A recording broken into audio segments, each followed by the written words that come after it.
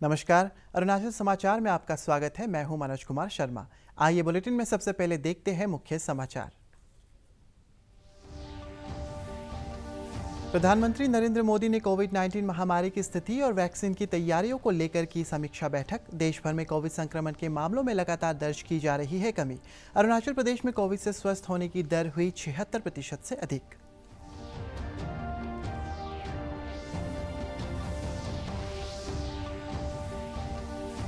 Arunachal Pradesh police मुख्यालय में SIC cell के पुलिस अधीक्षक के हर्षवर्धन ने लोगों से एटीएम, पीओएस मशीन और सोशल मीडिया के उपयोग के दौरान विशेष सतर्कता बरतने की अपील।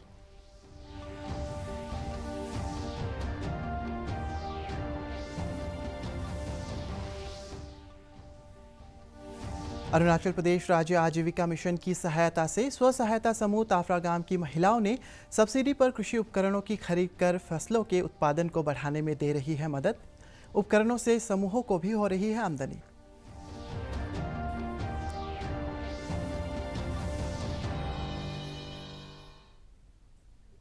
देश में कोरोना के मरीजों की संख्या में कमी दर्ज की जा रही है और ये घटकर अब 8 लाख से कम रह गई है। अभी देश में कोरोना के 7,95,000 मरीज हैं, जो कुल संक्रमित लोगों का 10% से कुछ अधिक है।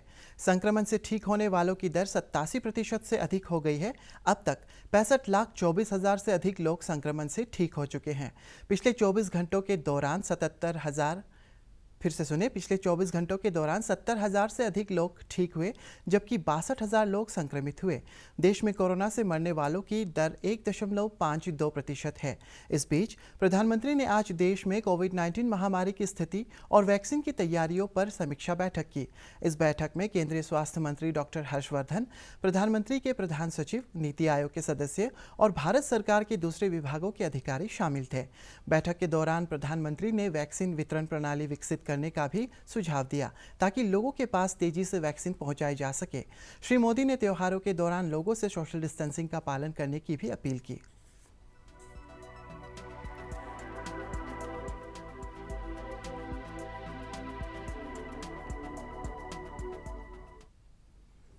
अरुणाचल प्रदेश में शुक्रवार को कोविड के 198 नए मामले सामने आने के बाद राज्य में कोरोना संक्रमण के कुल मामलों की संख्या 13,169 हो गई है, जिनमें से 3,068 सक्रिय मामले हैं और 10,071 रोगी स्वस्थ हो चुके हैं। राज्य स्वास्थ्य सेवा निदेशालय के अनुसार कल 182 रोगी स्वस्थ हुए। राज्य में स्वस्थ होने की दर 76.43% है। शुक्रवार को आए नए मामलों में ईटानगर राजधानी क्षेत्र से 72, चांगलांग से 25, वेस्ट सियांग से 21, ईस्ट सियांग से 19, तिरप से 10, लोअर दिबांग वैली से 8, अपर सियांग, लोअर सुबनसिरी और वेस्ट कामेंग जिले से 6 मामले शामिल हैं। इसके अलावा नामसाई से 5, पाकी केसांग से 4, पापुमपारे और लेपारादा से 3, कामले, ईस्ट कामेंग, लोंगडिंग और सियांग जिले से 2, अपर सियांग और दिबांग वैली से 1 मामला सामने आया है।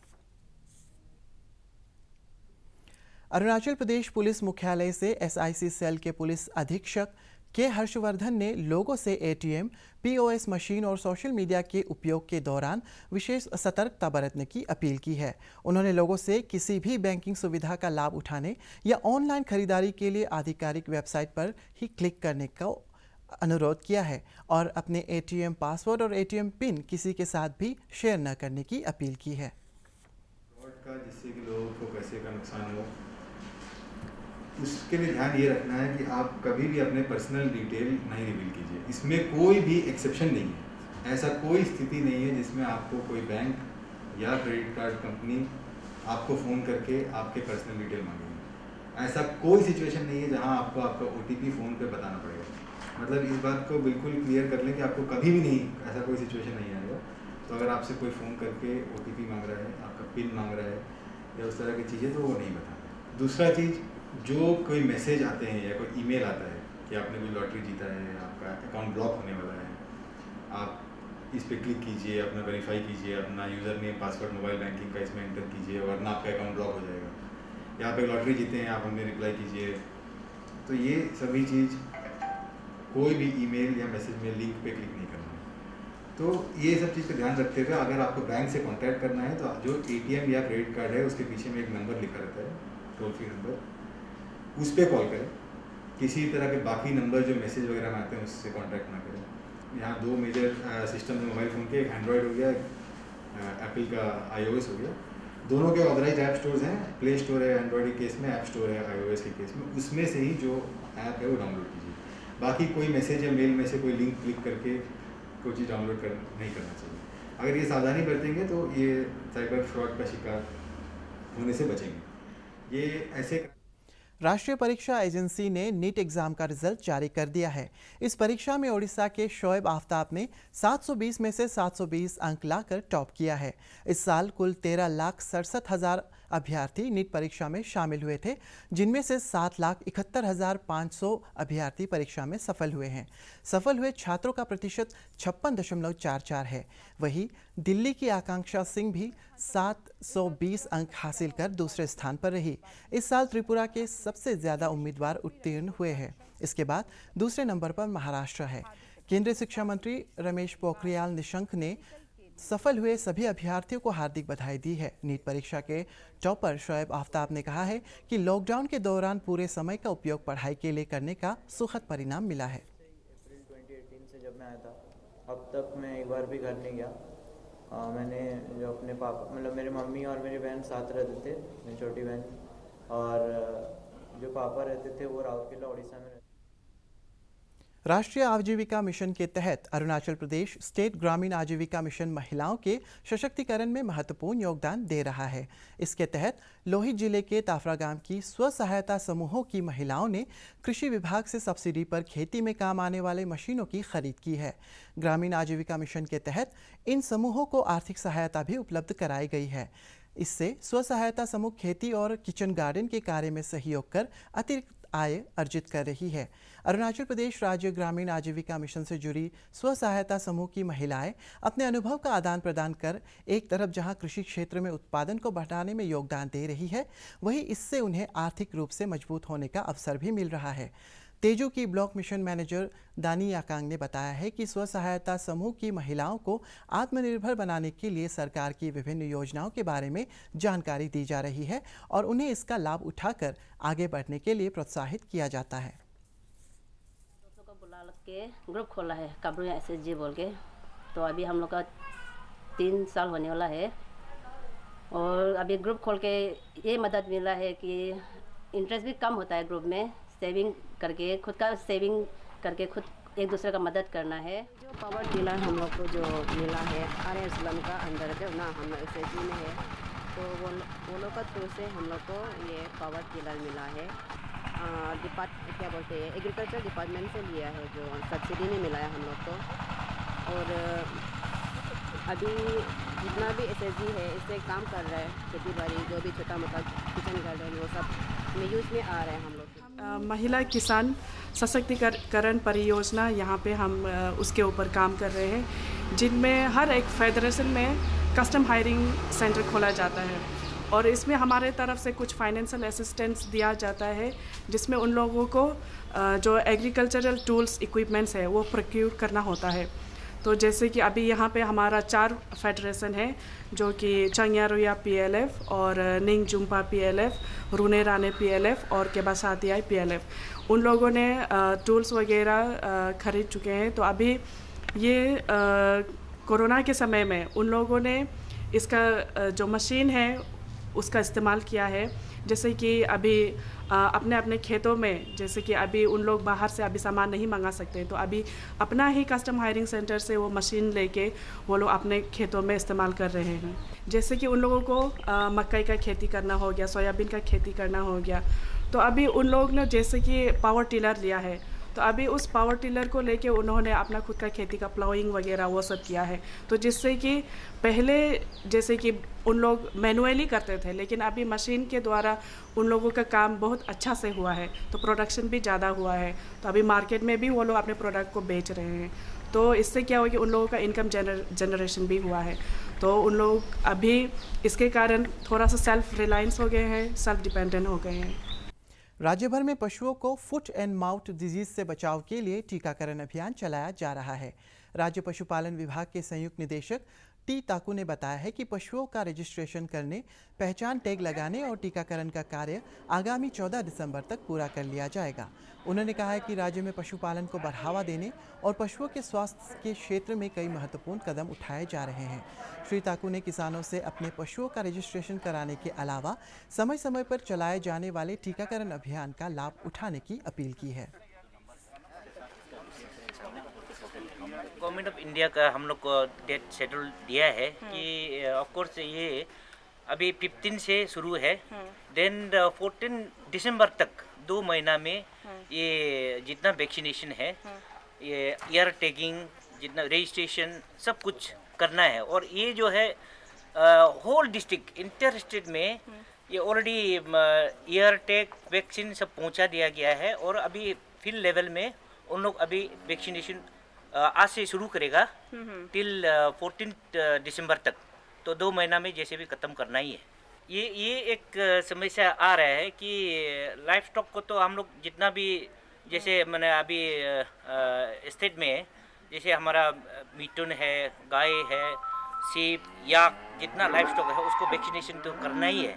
लेकिन साइड बाय साइड ये एक कोविड का एक प्रॉब्लम हो रहा है कि कंटेनमेंट जोन का वजह से थोड़ा सा हम लोग को तकलीफ हो सकता है। इवन देन डिस्ट्रिक्ट का लेवल में, फील्ड लेवल में अभी हम लोग ये बोल रहे हैं कि किसी भी हालत में उसको वैक्सीनेशन जो है एज पर शेड्यूल में ख़त्म करना ही है। शक्ति रूपा देवी दुर्गा की आराधना का अनुष्ठान नवरात्र आज से शुरू हो गया है। 9 दिन के अनुष्ठान के पहले दिन मां दुर्गा के शैलपुत्री रूप की पूजा अर्चना की जाती है। देश के विभिन्न भागों में नवरात्र उत्सव विशेष श्रद्धा के और आस्था के साथ मनाया जा रहा है। प्रधानमंत्री नरेंद्र मोदी ने नवरात्र की शुभकामनाएं दी हैं। श्री मोदी ने आशा व्यक्त की कि मां जगदम्बा सबके लिए सुख, शांति और समृद्धि लाएंगी। प्रधानमंत्री ने नवरात्र के प्रथम दिवस पर मां शैलपुत्री को नमन किया। उन्होंने मां शैलपुत्री के आशीर्वाद से पूरे विश्व के लिए सुख, समृद्धि, स्वास्थ्य और सुरक्षा की कामना की है। उन्होंने कहा है कि मां दुर्गा की अनुकंपा हमें निर्धन और वंचितों के जीवन में सकारात्मक बदलाव लाने की शक्ति देगी। असम में कामाख्या मंदिर में बड़ी संख्या में श्रद्धालु पूजा अर्चना के लिए पहुंचे। इधर गुजरात में गरबा नृत्य की धूम है। बालिकाएं कोविड से बचाव के लिए विशेष किट्स लगाकर नृत्य करते हुए नजर आ रहे हैं। Inside, we are happy that at least we came here, and like earlier condition was very bad, so we can't even go outside or we can't even enter here, but now at least we can come here and do darshan also.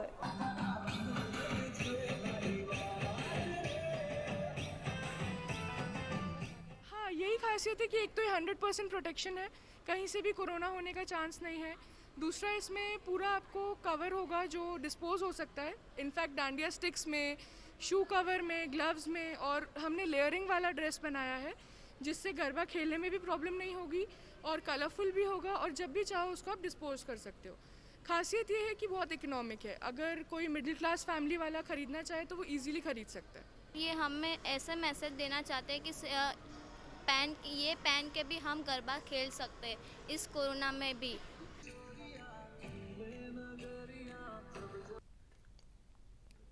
राज्य में Covid दिशा निर्देशों के पालन के साथ खेल गतिविधियां शुरू हो गई है। अपर सुबनसिरी जिले के दापोरिजो में वेटरन कप फुटबॉल प्रतियोगिता आयोजित की गई। स्थानीय फुटबॉल टीमों ने हिस्सा लिया। प्रतियोगिता के आयोजन समिति के सचिव जैसन निपू ने कहा है कि 35 वर्ष से अधिक उम्र के लोगों को शारीरिक स्वास्थ्य के प्रति जागरूक करने के लिए ये प्रतियोगिता आयोजित की गई। उन्होंने कहा है कि खेल कूद से शरीर स्वस्थ रहता है और व्यक्ति की रोग प्रतिरोधक क्षमता मजबूत होती है।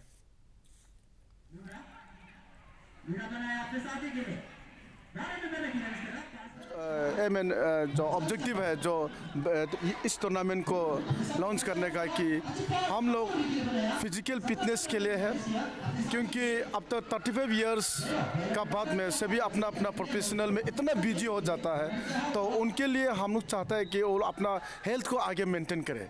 तो हेल्थ जितना हमारा अच्छा होगा, ये हेल्थ जो होता है ये हमारा बहुत बड़ा एक दौलत है, ये हमारा एक बहुत बड़ा धन है जिसको हम अपना पास में अच्छा से हम अपना हेल्थ को आगे बढ़ाना है।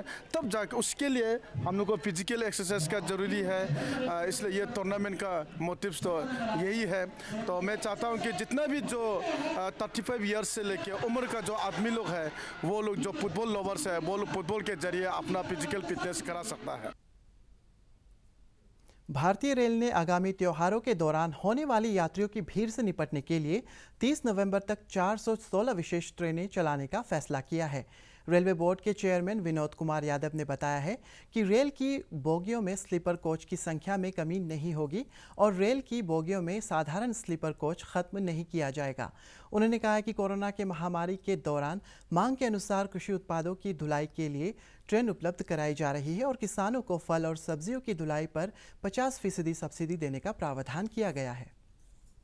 मौसम में 616 इस समय तक हमने करीब 682 स्पेशल ट्रेनें अनाउंस की हुई हैं जिनका ऑपरेशन चल रहा है और इसके अतिरिक्त 30 नवंबर तक फेस्टिवल रश को मैनेज करने के लिए 416 ट्रेनें हमने और अनाउंस किया है जो कि 30 नवंबर तक ऑपरेट की जाएंगी।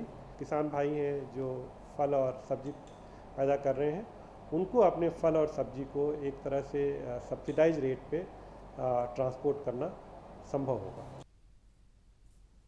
अरुणाचल समाचार के आज के अंक में इतना ही। जाने से पहले आप सभी से अनुरोध है कि कोविड-19 के दिशा निर्देशों का पालन करें, हमेशा मास्क लगाएं, बार बार हाथों को धोएं और सोशल डिस्टेंसिंग के नियमों को मानें। हम कल फिर हाजिर होंगे अरुणाचल और देश और दुनिया की खबरों के साथ। आप देखते रहिए अरुण प्रभा। नमस्कार।